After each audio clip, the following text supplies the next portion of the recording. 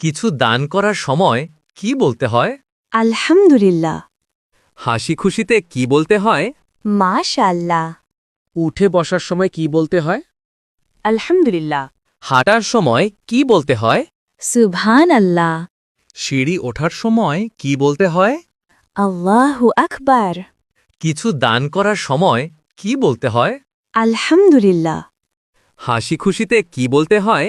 মাশাআল্লাহ, উঠে বসার সময় কি বলতে হয়? আলহামদুলিল্লাহ।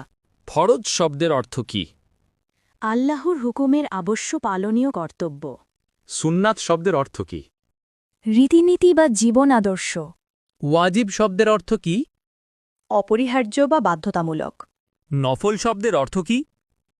কর্তব্যের অতিরিক্ত ইবাদত। তাহাজ্জুদ শব্দের অর্থ কি? রাত্রিকালীন ইবাদত। ফরজ শব্দের অর্থ কি? আল্লাহর হুকুমের আবশ্য পালনীয় কর্তব্য। সুন্নাত শব্দের অর্থ কি? রীতিনীতি বা জীবন আদর্শ। ওয়াজিব শব্দের অর্থ কি? অপরিহার্য বা বাধ্যতামূলক। নফল শব্দের অর্থ কি?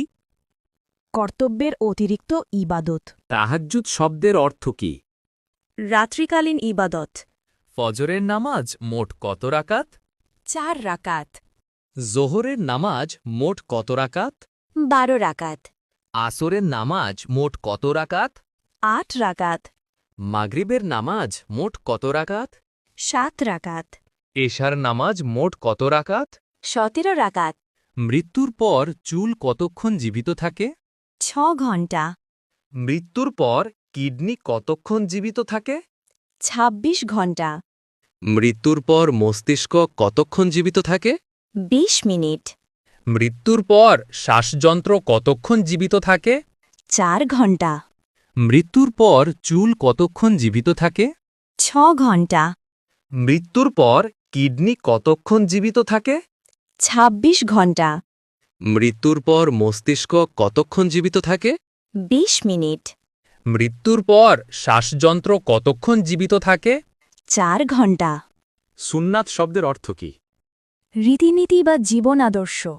স্বামীর পায়ের নিচে স্ত্রীর বেহেস্ত, এটি কোন ধরনের হাদিস? জাল হাদিস। হাসি খুশিতে কি বলতে হয়? মাশাআল্লাহ। মাগরিবের নামাজ মোট কত রাকাত? 7 রাকাত।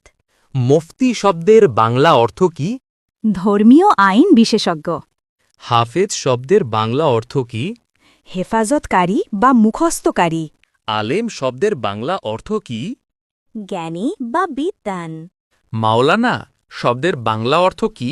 ধর্মীয় নেতা বা অভিভাবক। মুফতি শব্দের বাংলা অর্থ কি? ধর্মীয় আইন বিশেষজ্ঞ। হাফেজ শব্দের বাংলা অর্থ কি? হেফাজতকারী বা মুখস্থকারী। আলেম শব্দের বাংলা অর্থ কি? জ্ঞানী বা বিদ্বান।